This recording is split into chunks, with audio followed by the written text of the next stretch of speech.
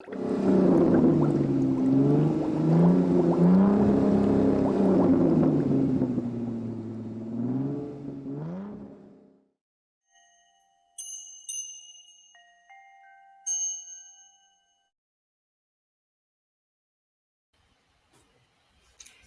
everybody, it's Eri from Tokyo. This is your cryptocurrency update from Japan. And you know what? There's one thing, one truth, and that is with age comes wisdom. But that doesn't mean you always see through the scams. There are ulterior motives and people colluding to boost their advantage everywhere in the world. But it seems especially so in crypto. So I'm going to tell you to just proceed with caution in whatever project that you choose to get behind. There's one very evident example, and that is the SEC versus Ripple case. Through the thousands of combined hours that the XRP community has done, we know the dirty truth. And this has been outlined in a very concise manner. It has a 25 tweet thread, plus or minus, in the attorney John Deaton's Twitter feed. And this is a tweet that I think will probably be the impetus of an independent investigation. 45,000 people now who live across the globe have joined in support of the voice that attorney John Deaton is going to give everyone. He has been granted this voice in the case, and it's a remarkable increase, and I think it can easily grow even to 50, 60, 70,000 people. No matter where you live, no matter if you own XRP or not, you can join. The link is going to be in the description. And the latest update and development, well, the SEC is opposing Ripple's motion to seal transcripts of the audio and video recordings from their internal meetings. And you'll be seeing, by the way of updates for a little while now, the documents that are filed at Crypto Law US, because Jimmy Fallon has stepped away from Twitter for a bit of time. So don't worry, just kind of shift over to the at Crypto Law US and you're going to get the most relevant up-to-date documents that are posted. The SEC believes that this video that is being withheld can prove Ripple knew XRP sales were contracts. And attorney Jeremy Hogan believes that the recordings will form the backbone of the SEC case, as he cites at the 10-minute 57 mark in this video that he just did. I think that he's right, but at the same time, I think that there's a lot of dodging of documents going on both sides. And so we've got a market that is quite interesting. Bitcoin is sitting at what? 60,717. The total crypto market volume in the last 24 hours is 2.5 trillion. It's really getting up there. Stellar is moving up 11%. VeChain up 6.9%. XRP up 5.2%. It's sitting at $1.18. Ethereum, very strong, 3,900. Quant touching back up to the $300 mark. Only 8 assets in the top 100 were in the red. So why do we see this burst of volume? Well, I think it is thanks to the ETF news. I commented on Twitter from a DM that I got from my friend here. He sent me this SEC Investor Ed tweet, the make sure you carefully weigh the potential risk and benefits of the Bitcoin ETF. I knew an ETF was coming from this tweet. I knew it because that for sure was the warning that you needed to be aware of something that was happening. At the same time, the Financial Times, they actually published an article that you were to prepare for the US debut. These medias are all connected, I'm telling you. This followed just hours before it was official.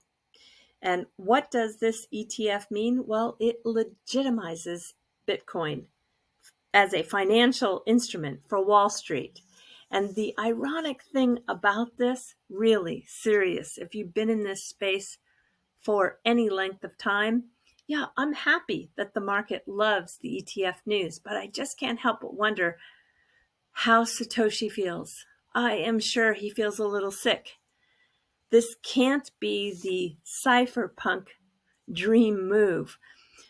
Until the 1970 cryptography movement that was mainly practiced in secret by the military and spy agencies, there was these blocks, or the block cipher deterministic algorithm, which had these fixed groups of bits and blocks that were used.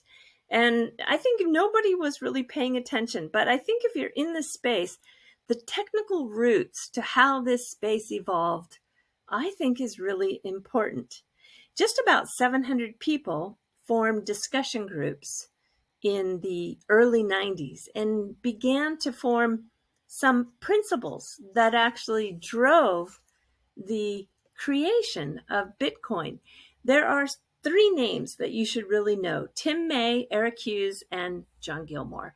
And if you don't know the Cypherpunk Manifesto, I just don't think you can be in this space without knowing what it is. It's kind of a must know for your knowledge to understand the original ethos and why it's so ironic now that Bitcoin has been taken by Wall Street. It's really kind of puzzling and, well, a tiny bit sad for me, because this thought behind the cypherpunk movement was to defend privacy.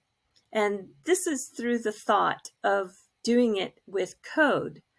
And the code would be an act of encryption, and the code of encryption for the common good. And so, yeah, it's something you really need to read by Eric Hughes. He was in Berkeley at the time.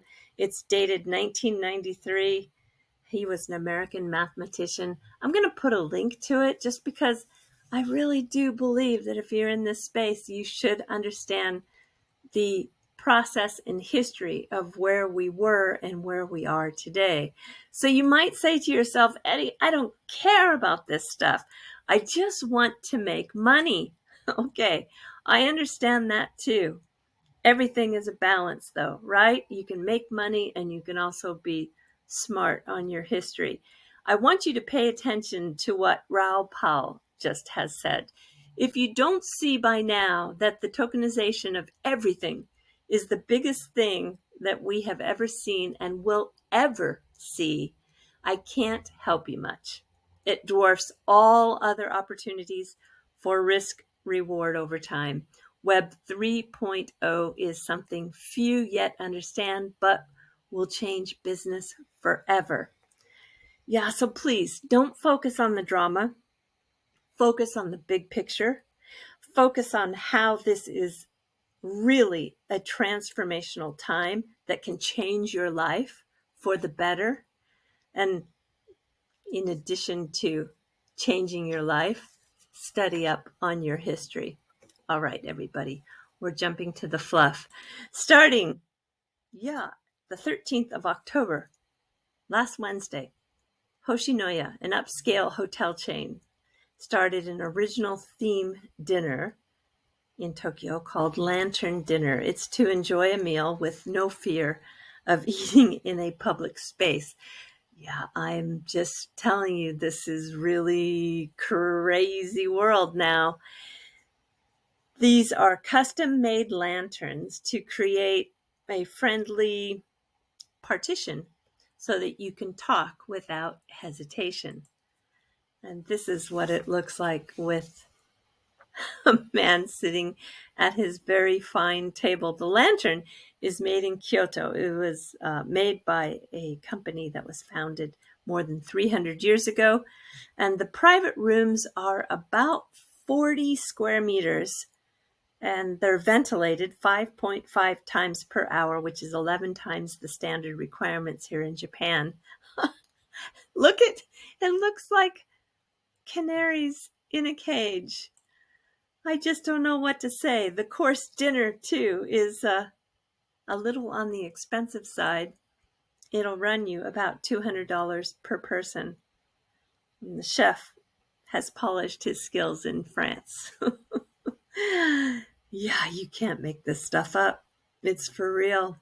All right, everybody, do take care. Sayonara for now. Bye-bye.